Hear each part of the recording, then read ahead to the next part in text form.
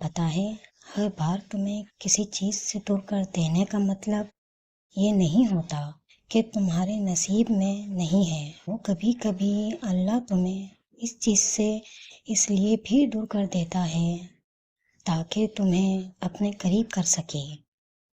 اس چیز کے لیے تمہاری جو تڑپ ہے وہ تمہیں اللہ کے قریب کر دیتی ہے، اور جب تم اللہ کے اتنا قریب ہو جاتے ہو کہ اللہ کے بغیر اور اللہ سے بات کیے بغیر رہ نہیں پاتے ہو، تو اللہ تمہیں وہ چیز بھی لٹا دیتا ہے جس کی تڑپ میں تم اپنے رب کو پہچان لیتے ہو۔ یہی تو اس کی عطا کا انداز ہے کہ وہ پہلے تمہیں مانگنا سکھاتا ہے اور پھر وہاں سے عطا کرتا ہے جہاں سے ملنا تمہیں ممکن نہیں لگتا۔ وہ تمہیں تم سے گزار کر خود تک لاتا ہے۔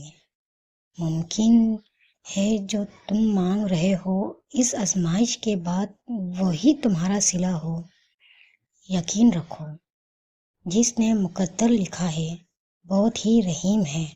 وہ رب اپنے رضا میں خوش ہونے والوں کی رضا کو کبھی رد نہیں کرتا۔ اور پھر میں کہہ رہی ہوں یہ بات کہ اللہ سے کچھ بھی نہیں چھپا ہو، نہ تمہاری خوشی اور نہ تمہاری تکلیف، وہ سب جانتا ہے۔ اندھا یقین کر لو اس ذات پر، اللہ نے صرف ایک کن کہنا ہے، تمہاری ساری دعائیں قبول ہو جائیں گی۔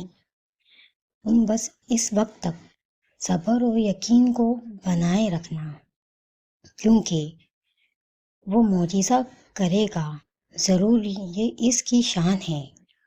اور جب تم اس یقین کے ساتھ دعا کرو گے نا تو کچھ بھی ہو سکتا ہے۔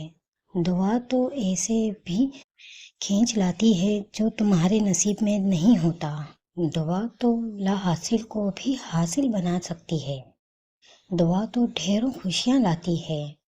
دعا کا اصل مرحلہ ہی صبر کرنا اور توکل کرنا ہوتا ہے، اور جب تم اس میں کامیاب ہو جاؤ تو پھر ہر آزمائش اپنے ساتھ ہماری دعاؤں کے لیے کن لاتی ہے، جس کے بعد ہماری چاہت کو ہمارا نصیب بنا دیا جاتا ہے۔ ویڈیو اچھی لگی ہو تو ویڈیو کو لائک کر کے کمنٹ سیکشن میں اپنی رائے کا اظہار ضرور کیجیے، اور چینل کو بھی سبسکرائب کیجیے۔ جزاک اللہ۔